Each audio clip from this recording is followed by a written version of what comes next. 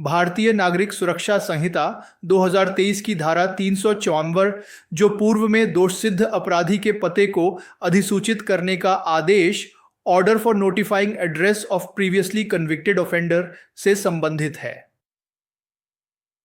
धारा 374 पूर्व में दोषसिद्ध अपराधी के पते को अधिसूचित करने का आदेश। यह धारा उन अपराधियों से संबंधित है जिन्हें बार बार गंभीर अपराधों के लिए दोषी ठहराया जाता है।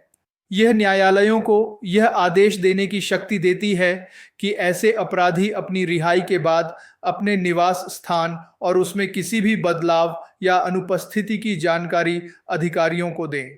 इसका उद्देश्य समाज की सुरक्षा और ऐसे अपराधियों की निगरानी सुनिश्चित करना है। 1. जब कोई व्यक्ति जिसे भारत में किसी ऐसे अपराध के लिए न्यायालय द्वारा दोष सिद्ध किया गया है जो 3 वर्ष या उससे अधिक की अवधि के कारावास से दंडनीय है, फिर से किसी ऐसे अपराध के लिए दोषी ठहराया जाता है जो 3 वर्ष या उससे अधिक की अवधि के कारावास से दंडनीय है और यह दोष सिद्धि द्वितीय वर्ग मजिस्ट्रेट के न्यायालय से भिन्न किसी न्यायालय द्वारा की जाती है, तो ऐसा न्यायालय यदि वह उचित समझे उस व्यक्ति पर कारावास की सजा सुनाते समय यह भी आदेश दे सकता है कि उसकी रिहाई के बाद उसके निवास और ऐसे निवास में किसी भी बदलाव या उससे अनुपस्थिति को, जैसा कि इसके बाद उपबंधित है, ऐसी सजा की समाप्ति की तारीख से 5 वर्ष से अनधिक अवधि के लिए अधिसूचित किया जाए। सरल शब्दों में समझने के लिए इसे तोड़कर देखते हैं। ओ कौन है अपराधी? एक ऐसा व्यक्ति जिसने 1. पहले भारत में किसी अपराध के लिए सजा काटी है जो कम से कम 3 साल की जेल वाला था। 2. और फिर से उसे किसी नए अपराध के लिए दोषी ठहराया जाता है जो भी 3 साल या उससे ज्यादा की जेल वाला है। 3. और यह दूसरी सजा द्वितीय वर्ग मजिस्ट्रेट के अलावा किसी और न्यायालय ने दी है, यानी गंभीर मामलों का विचारण करने वाले न्यायालय ने। ओ कोर्ट की शक्ति। अगर कोर्ट को लगता है कि ऐसा करना ठीक है, फिट, ओ कब आदेश देगा? उस अपराधी को जेल की सजा सुनाते समय। ओ क्या आदेश दे सकता है? कोर्ट आदेश दे सकता है कि जब वह अपराधी जेल से छूटेगा तो उसे अपने निवास स्थान, रेजिडेंस, और उस निवास में किसी भी बदलाव, चेंज, या उससे अनुपस्थिति, एब्सेंस, के बारे में अधिकारियों को जानकारी देनी होगी, नोटिफाइड। वो कितने समय के लिए? यह आदेश 5 साल से ज्यादा की अवधि के लिए नहीं होगा और यह अवधि उसकी जेल की सजा खत्म होने की तारीख से शुरू होगी। महत्व: यह गंभीर और बार बार अपराध करने वाले व्यक्तियों पर निगरानी रखने का एक तरीका है जिससे समाज की सुरक्षा सुनिश्चित की जा सके। यह एक निवारक उपाय के रूप में भी कार्य करता है। 2. उपधारा 1 के प्रावधान ऐसे अपराधों को करने के लिए आपराधिक षड्यंत्रों, क्रिमिनल कॉन्स्पिरेसीज, और ऐसे अपराधों के दुष्प्रेरण, एबिटमेंट, और उन्हें करने के प्रयासों, अटेम्प्ट्स, पर भी लागू होंगे। सरल शब्दों में धारा 374(1) के नियम सिर्फ सीधे अपराध करने वालों पर ही नहीं बल्कि उन पर भी लागू होंगे जो इन गंभीर अपराधों के लिए आपराधिक साजिश रचते हैं, इन अपराधों के लिए उकसाते या मदद करते हैं, दुष्प्रेरण, इन अपराधों को करने का प्रयास करते हैं। महत्व: यह सुनिश्चित करता है कि अपराध की पूरी श्रृंखला में शामिल लोगों को भी निगरानी में रखा जा सके। 3. यदि ऐसी दोष सिद्धि अपील पर या अन्यथा रद्द कर दी जाती है तो ऐसा आदेश शून्य हो जाएगा। सरल शब्दों में, अगर जिस दोष सिद्धि के आधार पर यह आदेश दिया गया था, यानी वह दूसरी बार की सजा, अगर वह सजा अपील में या किसी और तरीके से रद्द हो जाती है तो पते को अधिसूचित करने का यह आदेश भी अपने आप रद्द, वॉइड हो जाएगा। महत्व: यह न्यायपूर्ण है क्योंकि यदि व्यक्ति की दोष सिद्धि ही रद्द हो जाती है तो उसे निगरानी में रखने का कोई आधार नहीं रहता।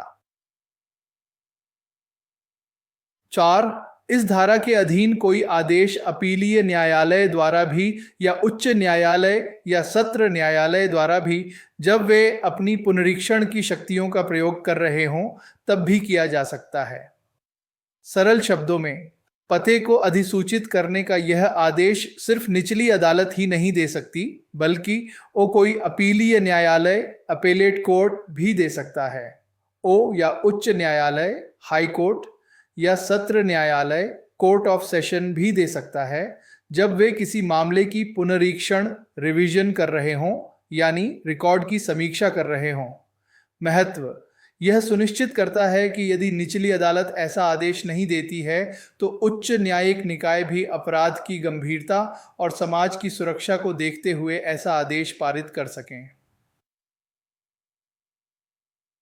5. राज्य सरकार अधिसूचना द्वारा नियम बना सकती है ताकि इस धारा के प्रावधानों को लागू किया जा सके जो रिहा किए गए दोषियों द्वारा निवास या निवास में बदलाव या अनुपस्थिति की अधिसूचना से संबंधित हैं। सरल शब्दों में, राज्य सरकार के पास यह शक्ति है कि वह नियम बनाए, आधिकारिक अधिसूचना जारी करके कि कैसे ये अपराधी अपने पते की जानकारी देंगे, बदलाव की जानकारी देंगे या अनुपस्थिति की जानकारी देंगे। महत्व: यह कानून को व्यावहारिक रूप से लागू करने के लिए आवश्यक प्रक्रियात्मक विवरणों को निर्धारित करने की अनुमति देता है। 6. ऐसे नियम उनके उल्लंघन के लिए दंड का प्रावधान कर सकते हैं और ऐसे किसी भी नियम के उल्लंघन के आरोप में किसी भी व्यक्ति का विचारण सक्षम अधिकारिता वाले मजिस्ट्रेट द्वारा उस जिले में किया जा सकता है जहां उसके द्वारा अंतिम बार अधिसूचित निवास स्थान स्थित है।